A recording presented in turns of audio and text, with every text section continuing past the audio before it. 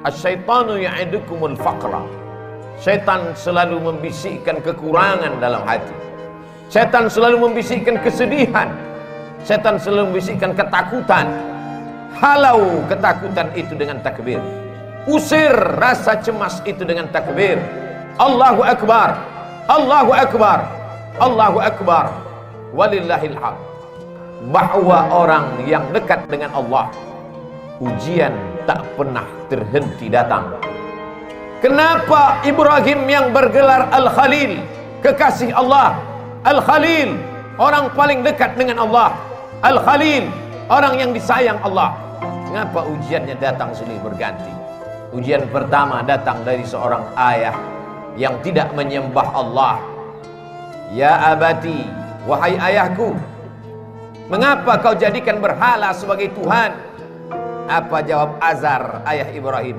La illam tantahi, kalau kau tidak berhenti menceramahi aku, kalau kau tidak berhenti mendakwahi aku, la arjumannaka, akan ku lempar kau pakai batu sampai mati.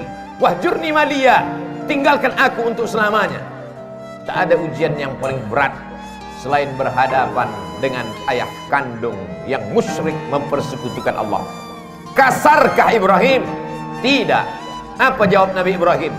Sa'astaghfirulaka rabbi, aku tetap akan memintakan ampun kepada Allah atas dosa-dosamu, hai ayah.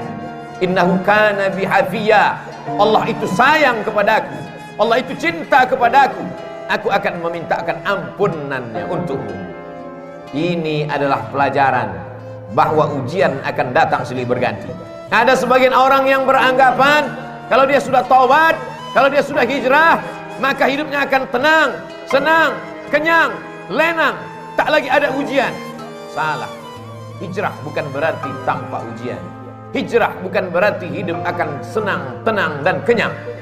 Hijrah membuat kita lebih kuat kepada Allah. Bebannya tetap sama, bebannya tetap datang, tapi kekuatan lebih kuat dari sebelumnya. Itulah makna hijrah, itulah makna taubat, itulah makna mendekatkan diri kepada Allah Subhanahu wa taala. Berhadapan dengan keluarga dekat, Ibrahim lulus. Berhadapan dengan musuh-musuh Allah, ketika mereka berdebat dengan otak, Ibrahim menang. Apa kata Ibrahim alaihi salam? Yang membunuh berhala-berhala kalian, yang memecahkan dan menghancurkan patung-patung ini adalah patung yang paling besar. Nabi Ibrahim sedang mengajak mereka untuk berdebat. Gunakan akal kalian. Selama ini kalian menyembah patung, selama ini kalian menyembah berhala. Hari ini berhala-berhala itu hancur. Kalau kalian mau tahu siapa yang menghancurkannya, fas'aluhu in kanu yantiqun. Tanya berhala yang besar ini, tanya berhala yang besar. Digantungkan Nabi Ibrahim kampak di leher berhala itu. Biasanya orang kalau sudah kalah berdebat, kalah otak, dia akan main otot, dia akan main kekuasaan, dia akan main jabatan. Mereka kumpulkan kayu-kayu dan batu-batu, lalu diperintahkan oleh penguasa, harriquhu, bakar Ibrahim. Mereka membakar Ibrahim. Saat itu api yang panas berubah, sunnatullah terjadi. Apa kata Allah Subhanahu wa taala? Ya nar, wahai api, kuni bardan, sejuklah, wasalaman, selamat ala Ibrahim. Api yang tabiatnya membakar, saat itu tidak membakar, karena Allah berkata, bardan, sejuklah engkau wahai api. Ibrahim keluar dari api unggun dalam keadaan kedinginan. Andai Allah tidak menutup ayat itu dengan salaman, selamat, mungkin Nabi Ibrahim akan mati kedinginan di dalam api yang panas. Api tak dapat membakar kalau sudah Allah berkuasa. Ini menunjukkan bahwa Ibrahim alaihi salam tetap berhadapan dengan penguasa yang zalim, berhadapan dengan berbagai macam ujian, berhadapan dengan ayah kandung, lulus, berhadapan dengan penguasa yang zalim, lulus. Tapi ada ujian yang lebih berat daripada itu. Ujian kerinduan, ujian kehampaan hati, ujian kekosongan jiwa. Ingin mendengar tangisan anak kecil di dalam rumah, dalam gendong dan pelukan. Berdoa Ibrahim alaihissalam, Rabbi habli minas salihin, berikan aku anak yang saleh, berikan aku anak yang saleh ya Allah. 86 tahun dia berdoa kepada Allah. Begitu disebutkan oleh Imam Abul Fida Ismail Ibnu Katsir dalam tafsir Al-Quranil Azim. Adakah hari ini orang yang berdoa, sudah sholat, sudah tahajud, sudah berinfak, sudah bersedekah, mengapa Allah tidak mengabulkan doa saya? Mengapa Allah tidak memperkenankannya? Hari ini kisah Nabi Ibrahim mengingatkan kita kembali, sesungguhnya tak sulit bagi Allah untuk memberikan yang kau cintai, yang kau sayangi, yang kau harap-harapkan. Tapi Allah ingin kau merintih di tengah malam dalam doamu. Allah ingin melihat kau bermunajat dengan tetesan air matamu. Allah ingin kau berdoa. Allah ingin kau berikan segalanya kepada Allah. Allah maha cemburu. Allah tak ingin kau berbagi dengan yang lain. Oleh sebab itu munajat di tengah malam, berdoa kepada Allah. Sesungguhnya Allah ingin meningkatkan derajat, menghapuskan doa, menghapuskan dosa dengan doa-doa dan permintaan seorang hamba. Aqrabu ma yakunul 'abdu min rabbih, seorang hamba paling dekat dengan Allah wa huwa sajid, ketika dia sedang bersujud. Fa aksiru fihi du'a, perbanyaklah doa. Pesan pertama dari kehidupan Nabi Ibrahim, bahwa hidup tak pernah lepas dari ujian. Hari ini kita sedang menghadapi ujian besar. Saudara-saudaraku yang kena PHK, saudara-saudaraku yang kesulitan dalam mencari nafkah, sesungguhnya ujian itu tetap datang silih berganti. Allah hanya ingin melihat perut itu kosong dari materi, sehingga kalau perut kosong, hati penuh, besarkan Allah. Allahu Akbar, Allahu Akbar, Allahu Akbar, walillahil hamd. La ilaha illallah, Allahu Akbar, walillahil hamd. Besarkan Allah dalam hatimu, supaya dunia ini kecil dalam pandangan matamu. Besarkan Allah dalam jiwamu, supaya kau melihat ujian itu kecil. Dunia ini tak sampai setengah sayap nyamuk, saudaraku. Dunia ini tak sampai setengah sayap nyamuk. Oleh sebab itu, man arafat dunia hanan alaih, siapa yang tahu hakikat dunia, maka ringan dunia ini baginya. Allahumma la taj'alid dunya akbar hammina wala mablagha ilmina. Jangan jadikan dunia ini cita-cita terbesar kami, ya Allah. Jangan jadikan dunia ini harga terhadap ilmu kami. Dunia hanyalah jembatan menuju akhirat. Ad-dunya balaghun ilal akhirah. Kalau ditakdirkan Allah kita masih menikmati dunia ini sampai besok pagi, jadikan dunia ini sebagai amal saleh. Tapi kalau dunia ini hanya berakhir sampai nanti malam, berarti husnuzan. Allah ingin membuat kita berhenti daripada dosa. Itulah mengapa Nabi Ibrahim disebut 4 kali sehari semalam dalam satu salat 2 rakaat. Bagaimana dengan 4 rakaat? Bagaimana dengan yang lain? Bagaimana dengan salat sunat? Kama sallaita ala Ibrahim wa ala ali Ibrahim, kama barakta ala Ibrahim wa ala ali Ibrahim. Supaya kita mengingat ujian kita ini belum ada apa-apanya. Ujian kita ini belum ada sebesar ujung kuku kelingking Ibrahim alaihissalam. Maka ketika kita membandingkan hidup kita dengan Ibrahim, ringanlah terasa. Keluarlah dari mulut alhamdulillah, keluarlah dari mulut subhanallah.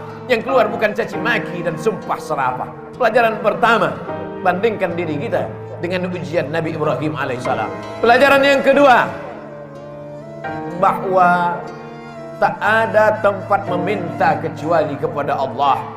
Tak ada tempat berharap kecuali kepada Allah. Gantungkan harapan kepada Allah. La ta'khudhuhu sinatun wala naum. Dia tak mengantuk, dia tak tidur. Jangan gantungkan harapan kepada manusia. Hari ini menjadi kawan, besok berubah menjadi lawan. Jangan gantungkan harapan kepada benda. Benda akan binasa. Jangan gantungkan harapan kepada kuasa.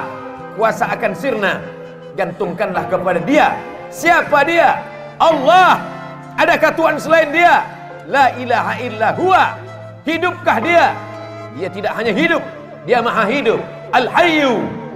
Apakah Dia mengatur setiap gerak langkah hidup kita? Al-Qayyum.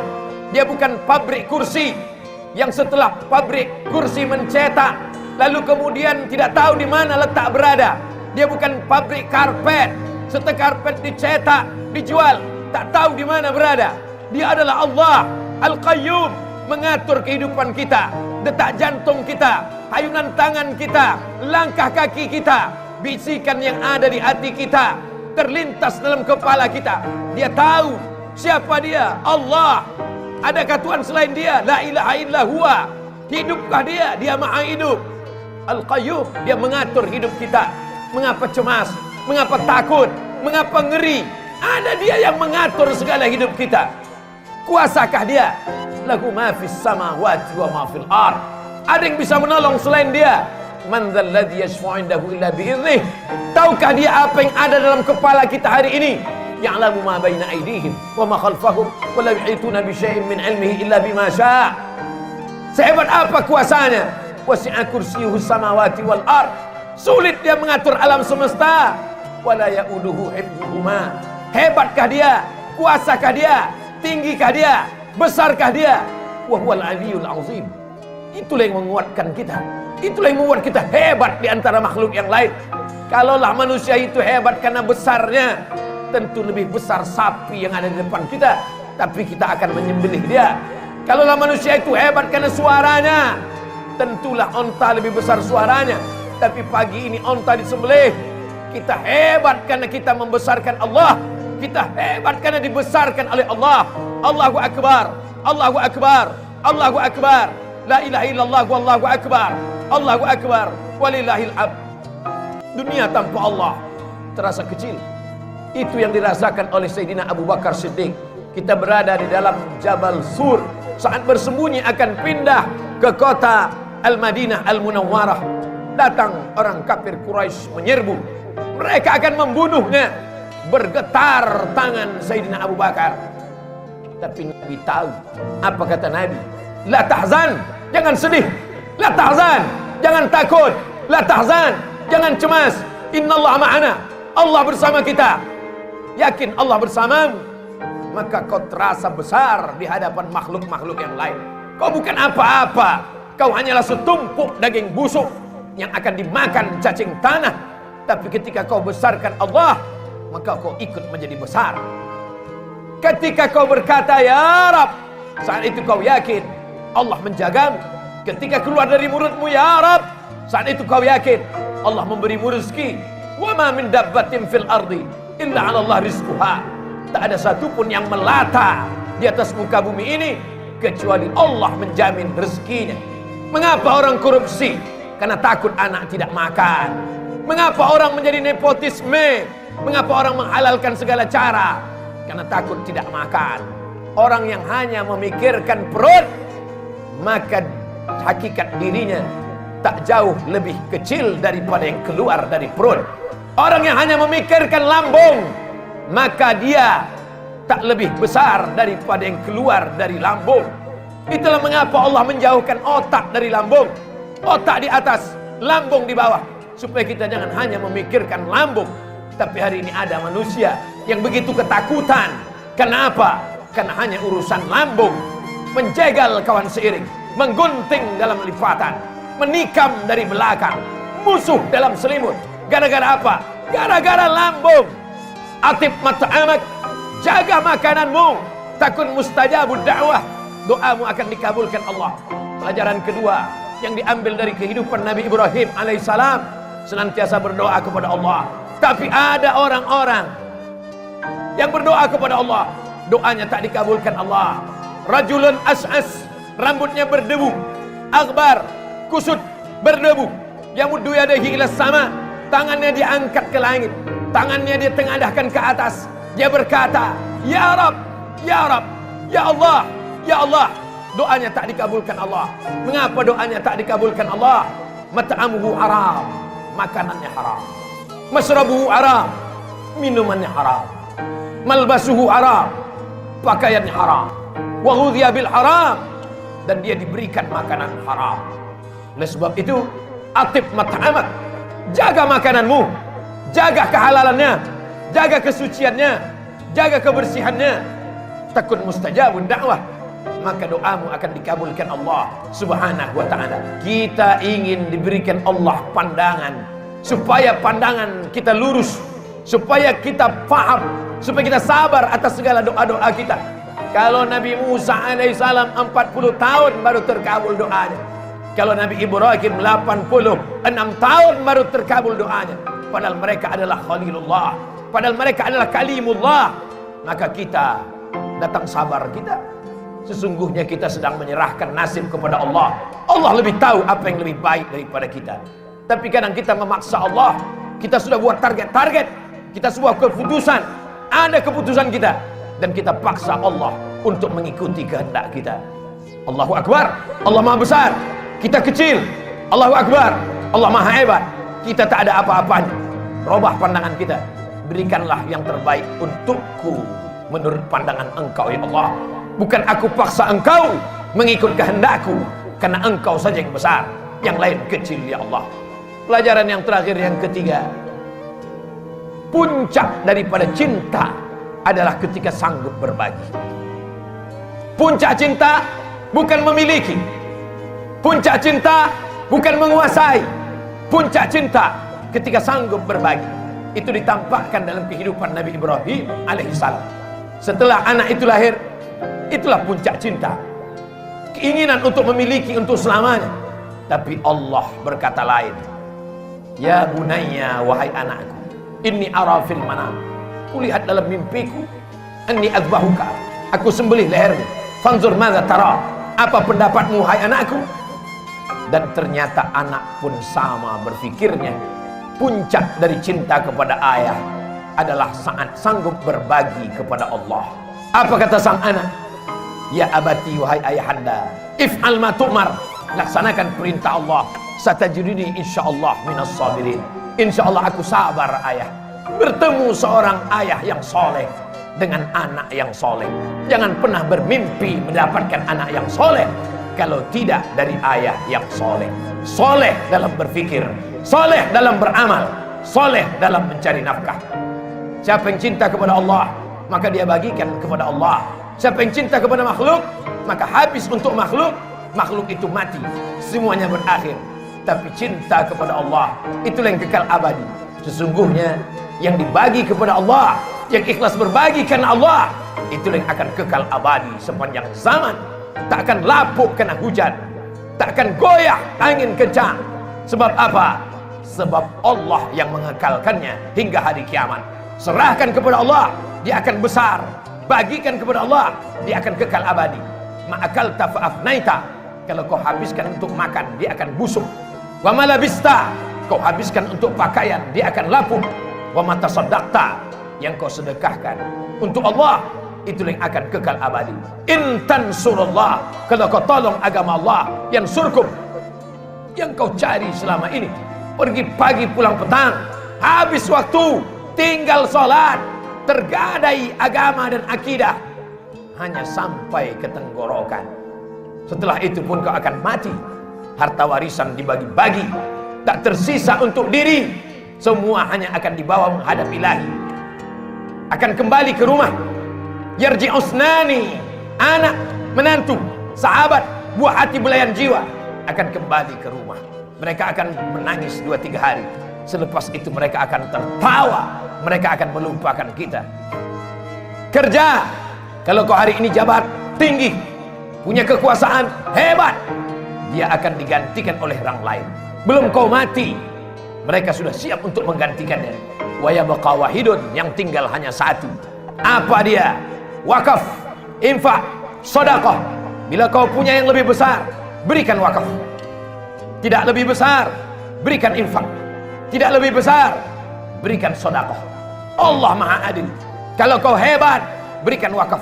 Kalau kau kurang hebat, berikan infak. Kalau kau manusia biasa, berikan sedekah. Tabassumika fi wajhi akhika sedekah. Senyummu ke wajah saudaramu adalah sedekah. La tahqiranna minal ma'rufi syai'a. Jangan sepelekan perkara walaupun kecil. An tulqiya akhaka biwajhin talqin. Hanya sekedar menghadapi orang dengan wajah yang cerah. Itulah yang akan dikenang orang sepanjang zaman. Dari abad berabad, dari zaman berzaman, tak akan dilupakan orang. Masih ingat orang dengan senyummu. Saat kau mati dimakan cacing tanah, masih didoakannya. Masih didoakannya saat dia lewat di makammu. Masih sempat mulutnya berkata, Assalamualaikum ya ahlal diyar minal mu'minin, wa inna insyaallah bikum lahiqun. Yarhamullahul mustaqdimin wal mustakhirin. Nas'alullah lana wa lakumul afiyah. Tapi kalau kau sombong, kalau kau angkuh, itu juga akan dikenang orang. Itu juga akan diingat oleh orang sepanjang zaman. itulah orang yang sombong, itulah orang yang angkuh, itulah orang yang paling merasa tinggi hati. Oleh sebab itu, bukti kau rendah hati kepada Allah, berinfak, berwakaf dan bersedekah. Bukti kau rendah hati tawadhu kepada manusia, berhadapanlah dengan orang dengan tatapan yang baik, dengan cakap yang baik, dengan perbuatan yang baik. Qaulun ma'rufun, perbuatan yang baik. Wa maghfiratun, pemberian maaf. Khairun, lebih baik. Min sadaqatin, daripada pemberian perbuatan baik. Yatsba'uha adha, tapi diiringi oleh perbuatan yang jelek.